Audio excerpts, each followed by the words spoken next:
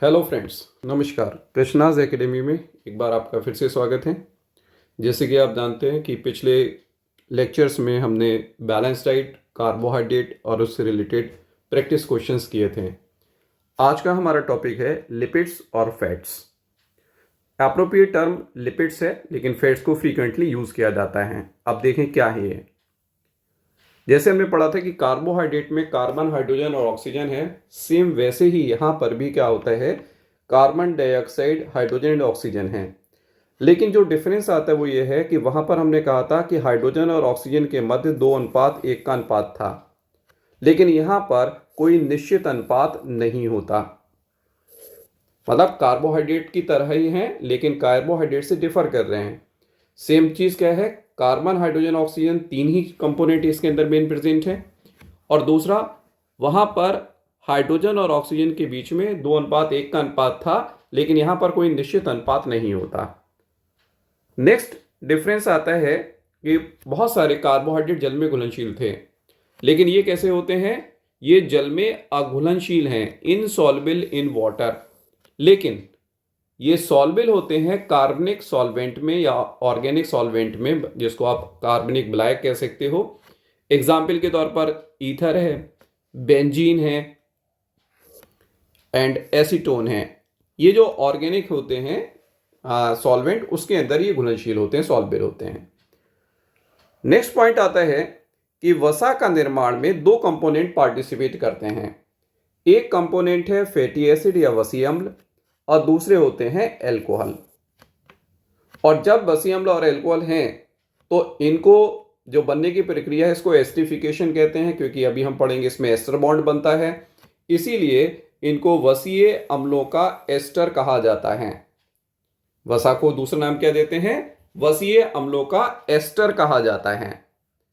अब संरचना में अगर देखें तो सामान्यतः वसीय अम्ल के 3 अणु, ध्यान रखेंगे आगे इसको हम डिटेल करेंगे, वसीय अम्ल यानी कि फैटी एसिड के 3 मॉलिक्यूल जो हैं, एक अणु ग्लिसरॉल से क्रिया करते हैं, और उससे क्या बनता है, एक अणु वसा का निर्माण होता है।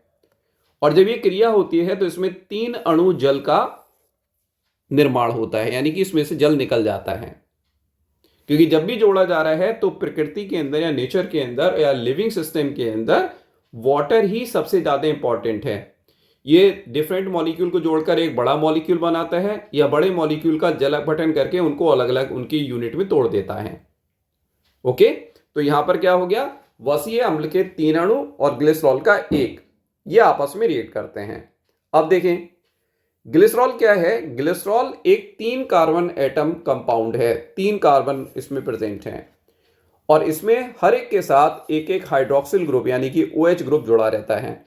जैसे देखें, ये हमारे सामने इसका फॉर्मूला दे रखा है, तो CH2OH, CHOH, CH2OH, तो एक कार्बन ये, एक कार्बन ये, एक कार्बन ये, और इसके अंदर ये 3 हाइड्रोक्सिल ग्रुप प्रेजेंट हैं। ये ध्यान रखेंगे, ग्लिसरॉल में 3 हाइड्रोक्सिल ग्रुप होते हैं और 3 ही कार्बन पाए जाते हैं। नेक्स्ट आता है दूसरा कंपोनेंट था वसी अम्ल यानी कि फैटी एसिड्स।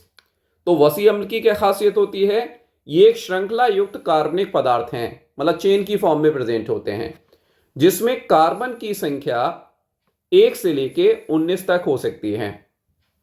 ठीक है, 1 to 19 नंबर हो सकता है कार्बन का, ज्यादा से ज्यादा।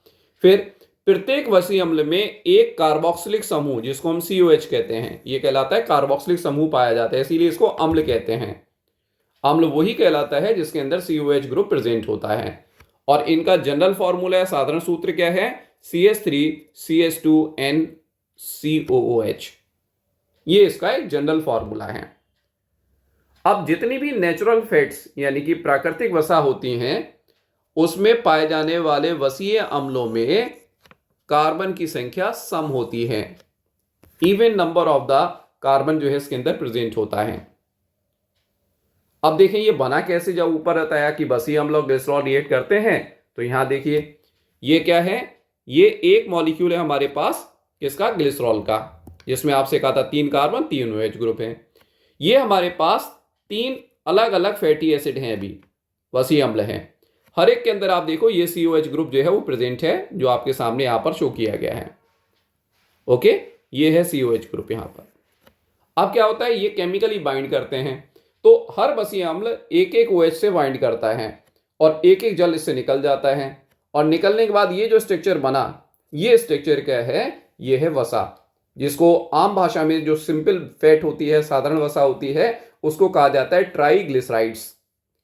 ट्राइग्लिसराइड्स क्यों? क्योंकि इसके अंदर 3 फैटी एसिड एक ग्लिसरॉल के मॉलिक्यूल से जुड़कर रिएक्शन करके ये बनाते हैं। और देखो यहां पर ये आपको बताया, जब ये आपस में रिएक्ट करेंगे तो 3 अणु जो है वो जल के निकलेंगे। तो ये जो ऊपर प्रक्रिया आपसे कहा था, उसको हमने एक रासायनिक समीकरण जो एक्चुअल में होती है उसके हिसाब से समझाया है। इसको बहुत ज्यादा याद करने की जरूरत नहीं है, ऊपर के जो पॉइंट है उनको याद करना है कि फैटी एसिड में एक COH होता है, ठीक है, जो ग्लिसरॉल है 3 कार्बन वाला है, और इसके अंदर जो है OH ग्रुप 3 प्रेजेंट होते हैं, ये सारी चीजें याद करनी है। नेक्स्ट आता है ग्लिसरॉल एवं वसीय अम्ल के मध्य एस्टर बॉन्ड का निर्माण होता है। मतलब क्या है, देखो यहां पर ये जो बॉन्ड बन रहा है, ये जो बॉन्ड यहां पर बन रहा है, ये कहलाता है एस्टर बॉन्ड, ठीक है। तो ये कहलाते हैं, इसीलिए आपसे कहा वसीय अम्ल का एस्टर इनको कहा जाता है। अब देखें, ग्लिसरॉल और वसीय अम्ल के मध्य जो एस्टर बॉन्ड बना है, ठीक है, उसकी वजह से हम क्या कहते हैं, वसा को वसीय अम्लों का एस्टर, ऊपर भी मैंने बताया था, यहां भी फिर लिखा हुआ है, एस्टर कहा जाता है। तो ये तो सिंपल सिंपल सी चीज हो गई। अब सारे वसीय अम्ल एक ही कैटेगरी के नहीं होते, इनको डिवाइड किया जाता है 2 मेन समूहों में। एक कहलाते हैं संतृप्त और दूसरे कहलाते हैं असंतृप्त। असंतृप्त को कहते हैं अनसेचुरेटेड और संतृप्त को हम कहते हैं सेचुरेटेड। क्या डिफरेंस है इनको देखें।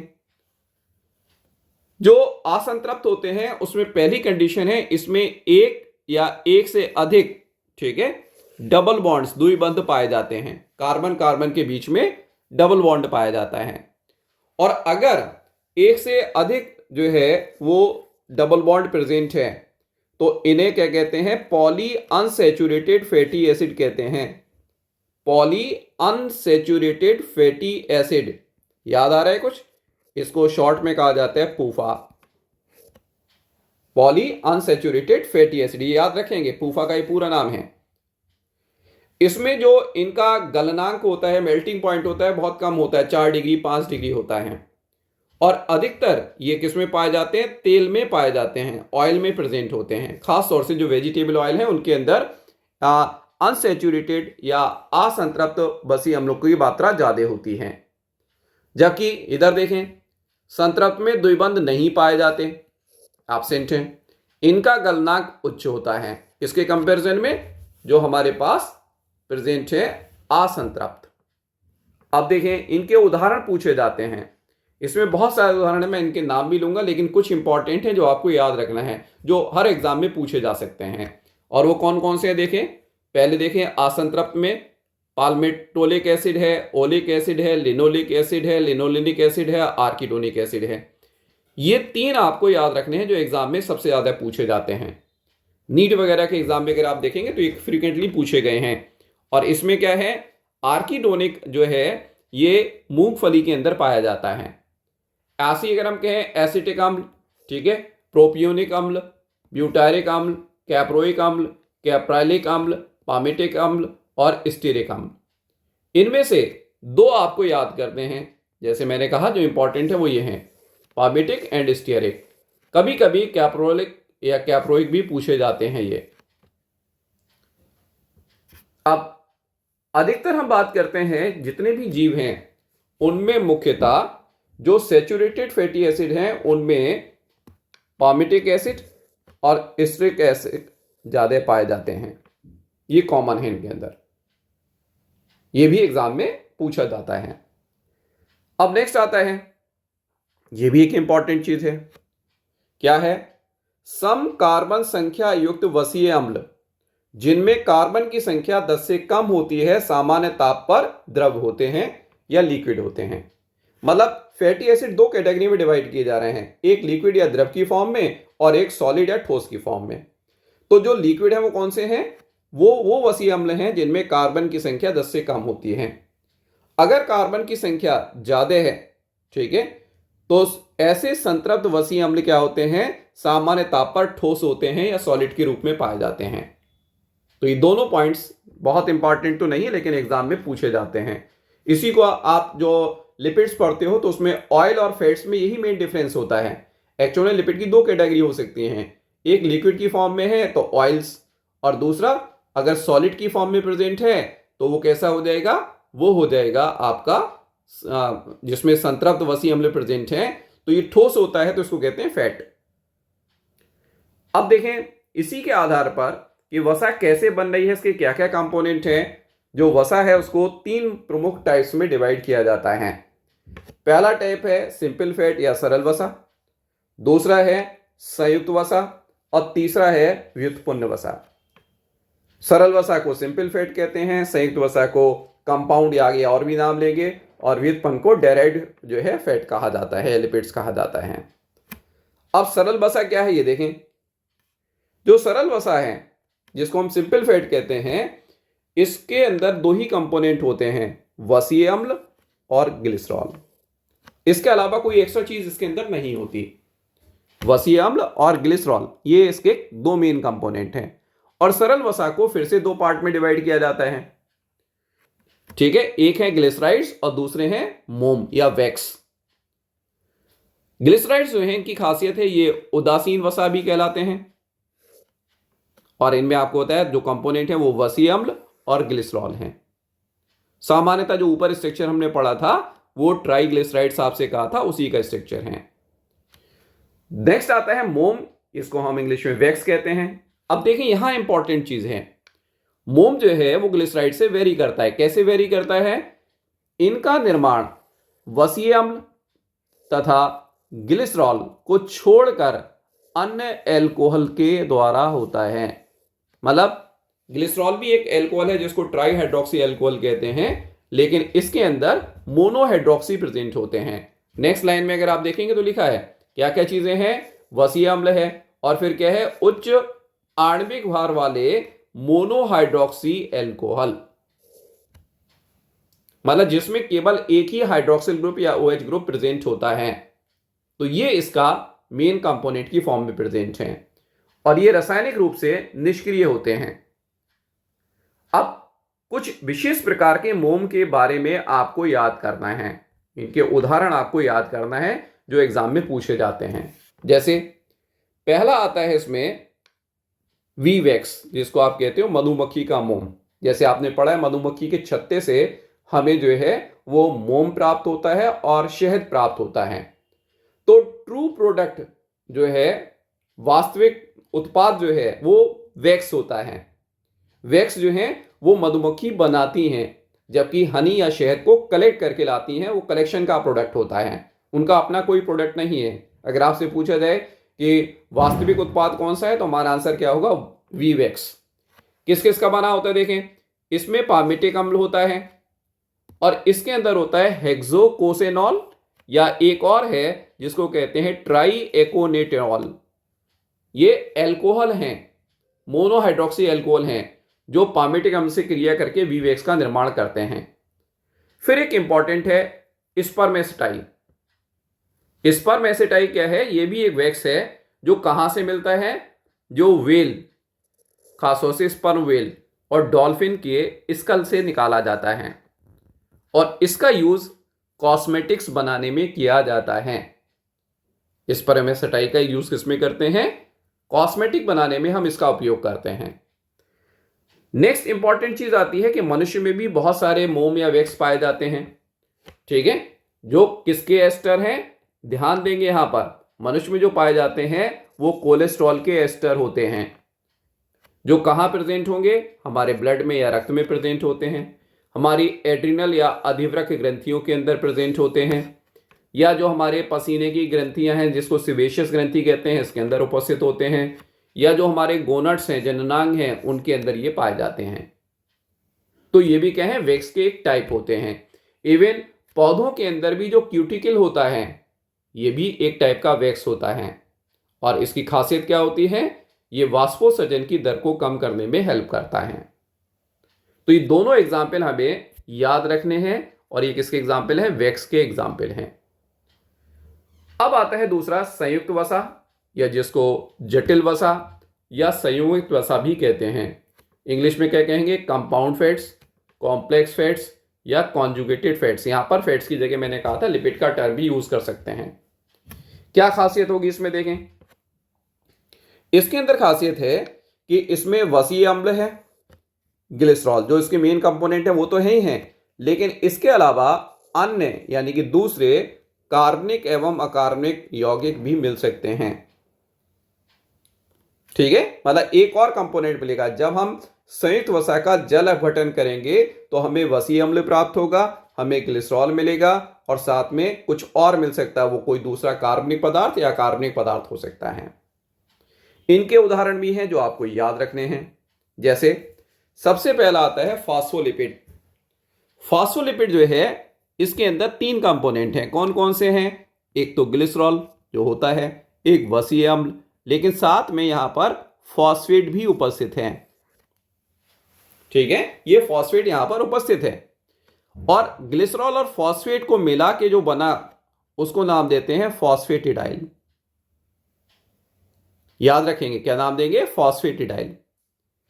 ये हम पढ़ेंगे फॉस्फोलिपिड जो है जितनी भी जैविक मेम्ब्रेन्स होती हैं, झिल्लियां होती हैं, जिसको आप प्लाज्मा झिल्ली कहते हो, माइटोकॉन्ड्रिया की झिल्ली कहते हो, क्लोरोप्लास्ट की झिल्ली कहते हो, ये सब में फॉस्फोलिपिड पाया जाता है। नेक्स्ट आता है लेसाइथिन। लेसाइथिन में भी ग्लिसरॉल भी है, ठीक है, वसीय अम्ल भी है, फॉस्फेट भी है, लेकिन साथ में एक और चीज यहां जोड़ा जिसको नाम देते हैं कोलिन। एसिसिफेलिन है, तो सिफेलिन में ग्लिसरॉल, वसीय अम्ल, H3PO4 और एथेनॉल।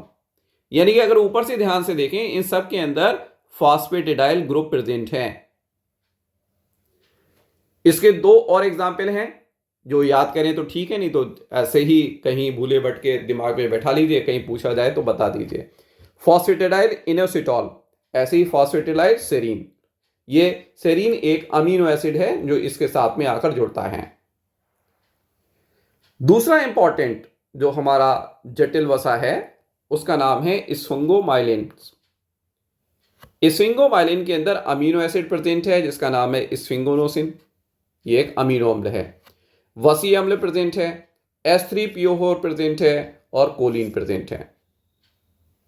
और आगे जब हम इसका वसा का उपयोग पढ़ेंगे तो ये जो हमारे तंत्रिका कोशिकाएं हैं उसके ऊपर ये माइलिन आच्छाद का निर्माण करने में हेल्प करता है, उसका पार्ट होता है। ऐसे ही नेक्स्ट आता है ग्लाइकोलिपिड्स। इसमें क्या होगा, वसा प्लस कार्बोहाइड्रेट, मतलब 3 कंपोनेंट हो गए। वसा में क्या आ जाएगा, वसीय अम्ल और ग्लिसरॉल, और साथ में क्या हो गया, कार्बोहाइड्रेट। इसमें फॉस्फेट नहीं होता, यानी कि फॉस्फेटिडाइल ग्रुप नहीं बनता। एग्जाम्पल क्या है, सेरिब्रोसाइट, और दूसरा एग्जाम्पल क्या है, गैंग्लियोसाइट्स। ये ज्यादा इंपॉर्टेंट नहीं है, एग्जाम में नहीं पूछे जाते। नेक्स्ट आता है क्रोमोलिपिड्स, ये इंपॉर्टेंट है। ये एक ऐसा वसा है, एक ऐसा लिपिड है जिसके अंदर कलर्ड पिगमेंट या केमिकल कंपाउंड प्रेजेंट है, कि कोई ऐसा कंपोनेंट प्रेजेंट है जो इसको कलरफुल बना देता है, जिसमें आते हैं कैरोटिन्स और दूसरे आते हैं ज़ैंथोफिल। कैरोटिन और ज़ैंथोफिल जितने भी हरे पौधे होते हैं उनके अंदर वर्णक के रूप में प्रेजेंट होते हैं क्लोरोफिल के साथ में। और कैरोटीन के लिए स्पेशली आप जानते हो गाजर के अंदर कैरोटीन पाया जाता है, और ये कैरोटीन एक्चुअल में विटामिन ए का एक कंपोनेंट बनाता है। तो विटामिन ए की सिंथेसिस में इसका इंपॉर्टेंट रोल होता है। जो आप पढ़ते हो ना रेटिनॉल, तो रेटिन जो है वो हमें किससे मिलता है, कैरोटीन से मिलता है। नेक्स्ट आता है लिपोप्रोटीन। इसका सही टर्म है प्रोटियोलिपिड्स, ये ध्यान रखेंगे, क्योंकि जब हम वसा में पढ़ते हैं तो इसको प्रोटियोलिपिड कहते हैं, और जब प्रोटीन में पढ़ेंगे तो लिपोप्रोटीन कहते हैं। इसके अंदर 2 चीजें आएंगी, प्रोटीन प्लस लिपिड्स। इसके एग्जाम्पल क्या है देखें, LDL आप जानते हो low density lipoproteins, HDL high density lipoproteins and the VLDL very low density lipoproteins. और ये सब हमारे ब्लड में कोलेस्ट्रॉल के कंपोनेंट की फॉर्म में रहते हैं और ब्लड के BP वगैरह बढ़ाने में, ब्लॉकेज में भी जो है रोल प्ले करते हैं। आप कहते हैं ना LDL हमारे लिए हानिकारक होता है जबकि HDL हमारे लिए फायदेमंद होता है। लिखा है इसमें देखें, LDL एवं HDL में कोलेस्ट्रॉल या फॉस्फोलिपिड्स का संघटक जो है के रूप में पाए जाते हैं। मतलब केमिकल कंपोजिशन में इसमें क्या होगा, कोलेस्ट्रॉल होगा या फास्फोलिपिड का कॉम्बिनेशन प्रेजेंट होगा। तीसरा अब जो कैटेगरी आती है जिसको हमने कहा था व्युत्पन्न या डेराइव्ड लिपिड्स, देखें इनका निर्माण कैसे होता है, सरल अथवा जटिल लिपिड्स के साथ में होता है। कैसे, जलीय अपघटन के द्वारा हो सकता है या उनमें कोई केमिकल चेंज यानी कि रासायनिक परिवर्तन आ सकता है। मतलब सरल अथवा जटिल लिपिड्स के जलीय अपघटन अथवा रासायनिक परिवर्तनों के कारण ये बनता है। इसमें दो मेन कैटेगरी आती हैं, एक है स्टीरॉइड्स। स्टीरॉइड की खासियत है और ये बहुत सारे एग्जाम में ये पूछा गया है कि इसके अंदर एक स्पेशल स्केलेटन होता है, एक रिंग होता है जिसको आप कह सकते हो, जिसको कहते हैं साइक्लोपेंटेनो परहाइड्रोनेफ्रिन रिंग वलय, ये टर्म यूज किया जाता है। ये इसके इंपॉर्टेंट है, खासियत है। और ये कैसे हैं, ये संतृप्त हाइड्रोकार्बन है, इसमें डबल बॉन्ड नहीं होते। संतृप्त का मतलब यही था, इसमें डबल बॉन्ड नहीं होते। अब इसके उदाहरण में क्या क्या आ जाएगा, इसके उदाहरण में आ जाएगा vitamin D, progesterone and estrogen. Progesterone और ईस्ट्रोजन क्या है, ये फीमेल सेक्स हार्मोन हैं, ठीक है। हाँ, फीमेल में जो सेक्स हार्मोन सीक्रेट होते हैं उनमें ये दो मेन है, प्रोजेस्टेरॉन एंड ईस्ट्रोजन। एंड्रोजन्स क्या है, ये मेल के सेक्स हार्मोन्स होते हैं, नर के सेक्स हार्मोन है, जिसमें मेन आता है टेस्टोस्टेरोन। ऐसे ही एड्रिनल ग्लैंड के कॉर्टेक्स रीजन से कुछ स्टेरॉइड सीक्रेट होते हैं जिनको कहते हैं कॉर्टिकोस्टेरॉइड्स। तो खास तौर से ऐसे हार्मोन जो किसके बने हैं, वसा के बने हैं, तो उसमें वसा किस रूप में उपस्थित है, वो प्रेजेंट है डेराइव्ड वसा के रूप में, और एग्जाम्पल क्या है, स्टेरॉइड्स। नेक्स्ट इसमें आता है जिसका नाम है स्टीरॉल्स। स्टीरॉल्स की खासियत क्या है, ये होते तो कैसे हैं, स्टेरॉइड की तरह ही हैं, लेकिन इसके अंदर क्या होगा, एक OH ग्रुप यानी कि हाइड्रोक्सिल ग्रुप पाया जाता है, एक हाइड्रोक्सिल ग्रुप इसके अंदर उपस्थित होता है। एग्जाम्पल क्या है, इसके एग्जाम्पल हैं जैसे कोलेस्ट्रॉल, 7-डिहाइड्रोकोलेस्ट्रॉल, अर्गोस्टेरॉल एंड द कोप्रोस्टेरॉल। ये सारे के सारे ड्राइव्ड हैं। कोप्रोस्टेरॉल जब हमारे फूड का पाचन होता है तो वेस्ट प्रोडक्ट की फॉर्म में ये हमारे फीकल मैटर या मल के साथ बाहर निकल जाता है। अब इस सब में सबसे ज्यादा इंपॉर्टेंट कौन सा है, ये देखें क्या है, 7-डिहाइड्रोकोलेस्ट्रॉल स्तनधारियों की त्वचा में पाया जाता है, मतलब हमारी त्वचा में पाया जाता है। और कैसे काम करता है, प्रोविटामिन का काम करता है। प्रोविटामिन क्या है, वो केमिकल कंपाउंड जिससे आगे चल के विटामिन का निर्माण हो। तो ये करता क्या है, ये परावैंगनी किरणों या परावैंगनी प्रकाश को अवशोषित करता है और कन्वर्ट हो जाता है कोलीकैल्सिफेरॉल में, जिसको हम कहते हैं विटामिन D3। विटामिन D3 आगे चल के जब हम विटामिन पढ़ेंगे तो इसमें बताया जाता है कि धूप में अगर हम रहते हैं तो हमारे अंदर विटामिन D3 बनता है। कौन बनाता है, परावैंगनी किरण से बनता है। किसको कन्वर्ट करता है, 7-डिहाइड्रोक्सीकोलेस्ट्रॉल को करता है। ये बहुत इंपॉर्टेंट है, ठीक।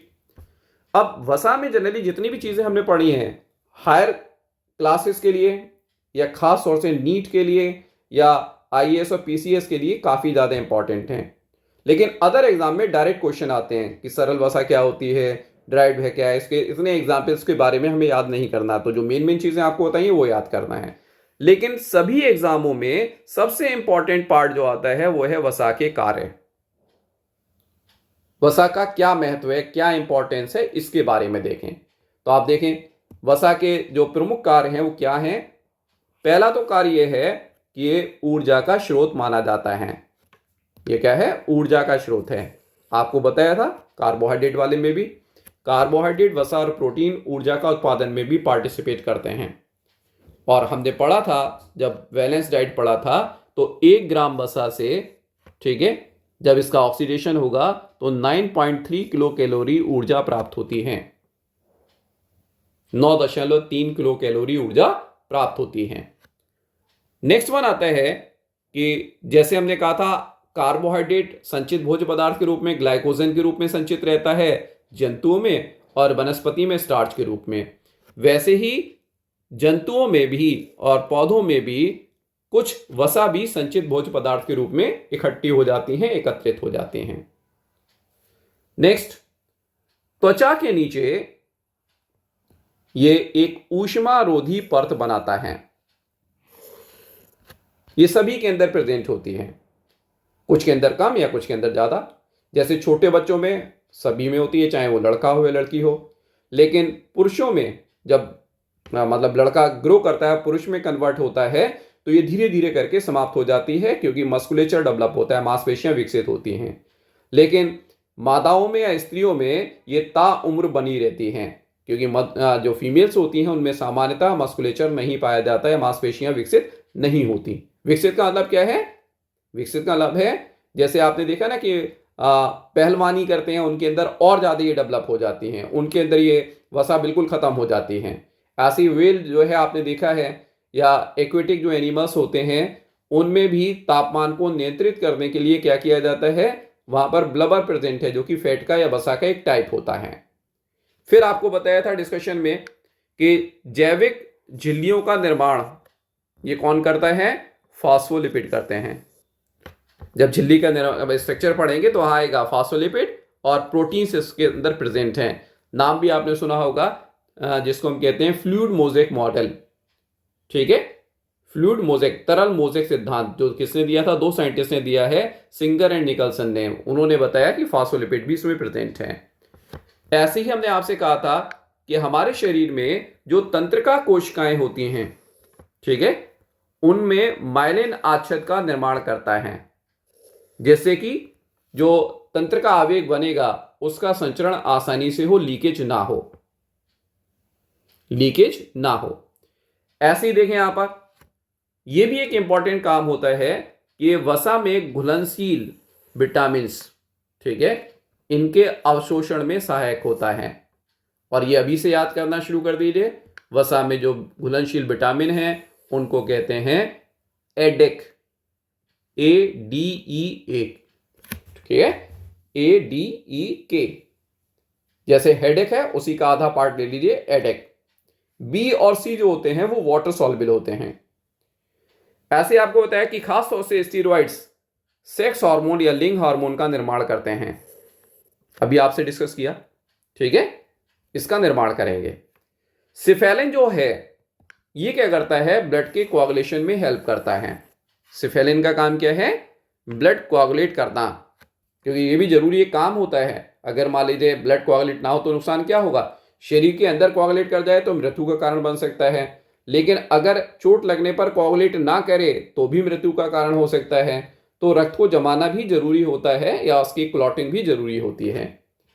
ऐसे ही हमारा जो लिवर होता है वो पित्त रस का निर्माण करता है। वैसे तो ये वेस्ट है, लेकिन इसमें प्रेजेंट जो पित्त लवण होते हैं, साल्ट होते हैं, वो क्या करते हैं सॉरी, वसा के पाइसीकरण यानी कि इमल्सिफिकेशन में सहायता करते हैं सॉरी। नेक्स्ट आता है, हमने कहा कि 7 डिहाइड्रोक्सी कोलेस्ट्रॉल जो प्रेजेंट है वो क्या करता है? वो विटामिन डी का निर्माण करता है। कैसे करता है? पराबैंगनी किरणों के द्वारा। और फिर क्या, जंतु और वनस्पतियों में ये जल अवरोधक परत यानी कि वैक्स जो है ये काम करता है।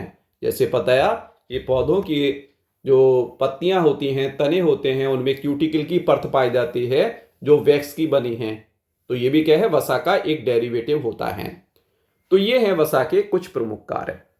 तो आज हमारा टॉपिक वसा का यहाँ ही कंप्लीट होता है। नेक्स्ट वाले पार्ट में हम इसके रिलेटेड प्रैक्टिस क्वेश्चंस को लेंगे, और उम्मीद कर रहा हूँ कि आपको अच्छी तरीके से समझ में आ गया होगा। इसको एक बार फिर से रिवाइज कीजिए, चैनल को लाइक कीजिए, शेयर कीजिए और सब्सक्राइब कीजिए। धन्यवाद। Thank you.